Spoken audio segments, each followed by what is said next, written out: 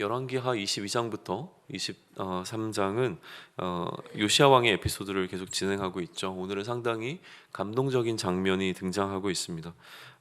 성전에서 모든 백성들이 모이고 성전을 이제 보수하다 발견된 언약책의 모든 말씀을 요시야 왕이 이제 낭독하게 되어지죠.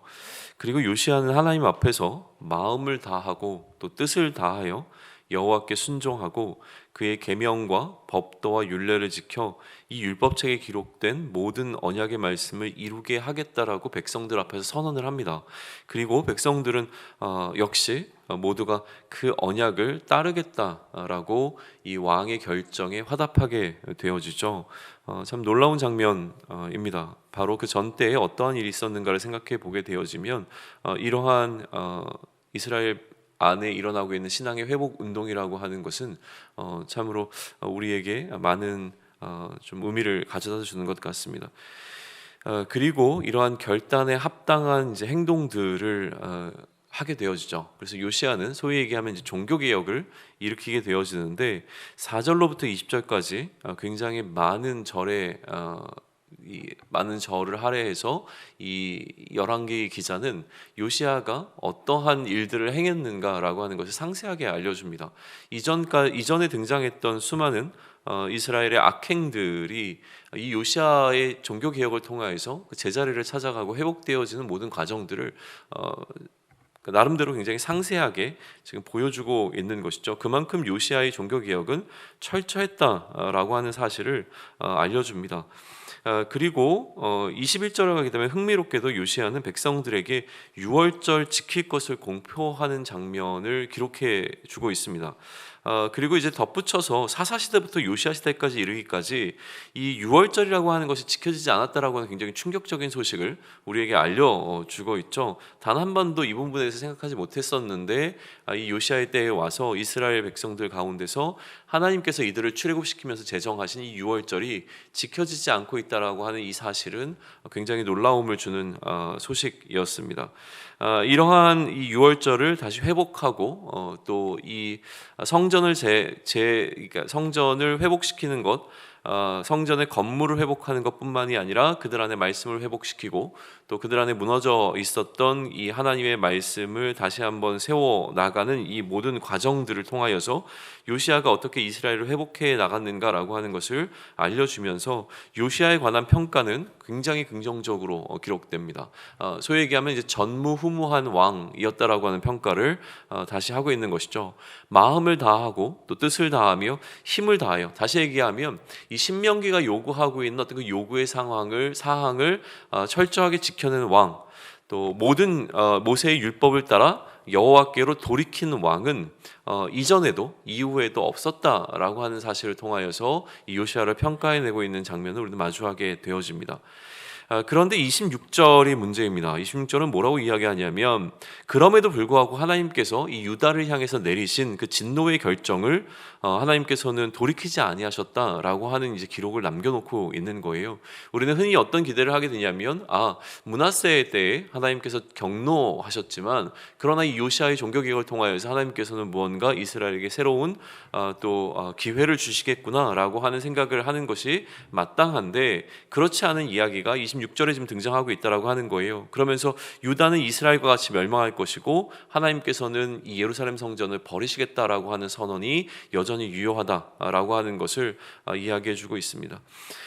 요시야는 결국 애굽 왕에게 죽음을 당하게 되어지고요. 이 뒤를 이어서 여호아하스가 왕이 되어집니다. 그러나 여호아하스는 조상들의 모든 행위대로 여호와 보시기에 다시 악을 행하게 되어지고요.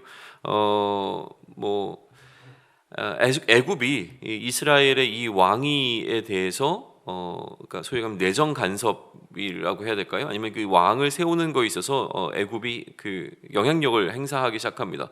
그래서 여호아하스를 왕 위에서 내려버리고 애굽에서 그를 애굽으로 자가가면서 엘리야김을 왕으로 세우고 이름을 여호야김이라고 바꿉니다.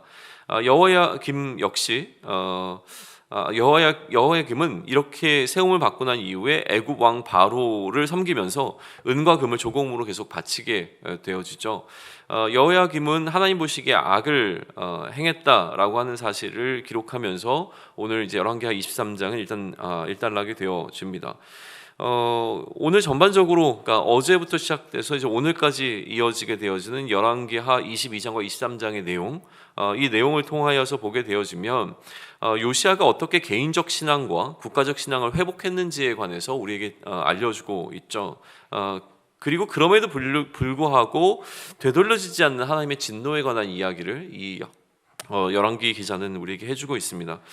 오랜 동안 쌓여왔던 이스라엘의 총체적 악행이 극에 달했기 때문이기도 하겠지만, 극에 달했기에 하나님께서는 진노하셨지만, 그럼에도 이제 용서하지 않으시는 하나님의 이미지라고 하는 것은 그동안 하나님의 모습과는 좀 다른 생소함을 주기 때문에 의아해할 수밖에 좀 없는 부분이기도 합니다. 그런데 그러한 어떤 의아함을 갖고 있는 독자들에게 여호아하스 그리고 여호야김으로 이어지는 후대의 왕들의 때에 여지없이 다시 무너져버리는 이 이스라엘의 모습을, 그 신앙을 보여주면서 이러한 하나님의 결정이 나름대로 이유가 있다라고 하는 사실을 증거해주고 있습니다. 그리고 아울러서 이러한 이야기를 듣고 있는 우리에게, 독자들에게 무엇을 우리가 경계해야 될지에 관한 교훈을 분명하게 해주고 있는 것이죠. 말씀을 묵상하고 예배를 드리는 가운데 우리의 신앙은 회복되어지는 경험을 하게 되어집니다. 그리고 그리스도의 질서대로 살 것을 우리가 공개적으로 비공개적으로 결단하게 되어지죠. 그 결단의 근거에서 오늘 우리에게 주어진 삶을 제대로 살아보고자 몸부림치게 되어집니다. 정작 우리의 일상의 삶에서는 그럼에도 불구하고 말씀이 아닌 세상의 질서에 따라 여전히 우리의 생각과 말과 행동이 지배당한 채로 살아가게 되는 것을 경험하게 되어질 때 우리는 우리의 신앙적 회복과는 또 별개로 우리를 향한 하나님의 진노가 여전히 이유 있다라고 하는 이 열왕기 기자의 이야기에 좀 귀 기울일 필요가 있습니다. 그런데 문제는 무엇이냐면, 그러면 우리가 이러한 열왕기 기자의 이야기를 들으면서 우리의 오늘의 삶을 완전히 하나님께로 회복시키는 이 종교개혁에 성공할 수 있겠는가? 다시 얘기하면 어제의 내가 오늘의 나와 같을 수 있겠는가라고 하는 질문을 던져보게 되는 것이죠. 요시아 왕 때에 회복을 경험했던 이스라엘이 그 후대의 왕에서 다시 한번 무너지는 모습을 발견하며 이 모습이 나에게 과연 없는가라고 하는 질문을 우리는 반드시 던져봐야 한다라고 하는 거예요. 사실 정직한 고백은 무엇이냐면, 우리가 과연 이러한 불의로부터 우리 스스로를 완전히 끊어내서 이러한 불의로부터 자유할 수 있겠는가라고 하는 질문 앞에 우리는 서게 되어집니다. 다시는 우리는 요시아 이후에 하나님께 악을 행했던 다른 왕과 또 이스라엘 백성들과는 달리 우리의 회복과 결단함 이후에 다시는 하나님 앞에서 악을 범하지 않을 수 있는 그러한 자신감이 우리에게 있는가? 아니면 오히려 그렇게 수차례의 결단에도 불구하고 또다시 넘어지게 되는 나의 연약함과 마주하고 있는가라고 하는 질문을 던져볼 필요가 있습니다. 그렇기에 이스라엘과 나의 끊임없는 불의함이라고 하는 것은 결국 우리로 하여금 우리 스스로를 의지하는 것이 아니라 우리의 유일한 소망이 되신 그리스도를 바라보게 한다라고 하는 것이죠. 나의 불의함과 마주하여 오늘도 우리는 씨름하며 나아갈 것이 너무나 분명합니다.